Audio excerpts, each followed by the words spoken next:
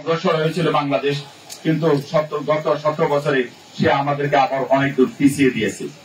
এখন 5ই আগস্ট ছাত্র জনতার বিপ্লবের মাধ্যমে এদেশে আবার নতুন করে স্বপ্ন দেখো, নতুন স্বাধীনতার সূর্য উদিত হলো এবং ছাত্র জনতার স্বপ্ন বৈষম্যহীন বাংলাদেশ, এই বাংলাদেশ প্রতিষ্ঠায় আসলে আমাদের সবাইকে কাঁধে কাঁধ মিলে কাজ করতে হবে।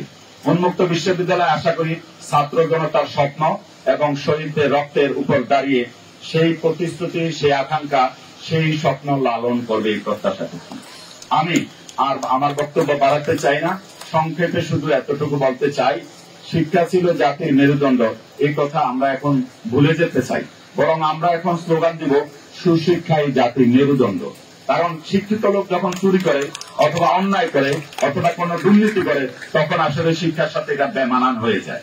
কাজে আমরা বলবো সর্বত্রই আমাদের এই স্লোগান দেওয়া উচিত, সুশিক্ষা জাতির মেরুদণ্ড। আমরা কি এটা বলতে পারি?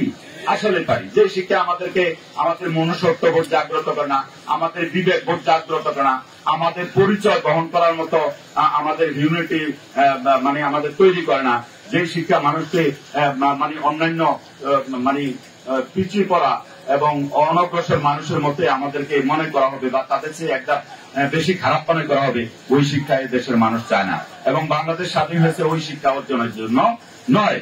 কাজেই আজকে সর্বশেষ আমার বক্তব্য এতটুকু যে আসুন, একটা বৈষম্যহীন বাংলাদেশের প্রয়োজন, যেখানে কোনো অন্যায় থাকবে না, দুর্নীতি থাকবে না, স্বজনপ্রীতি থাকবে না।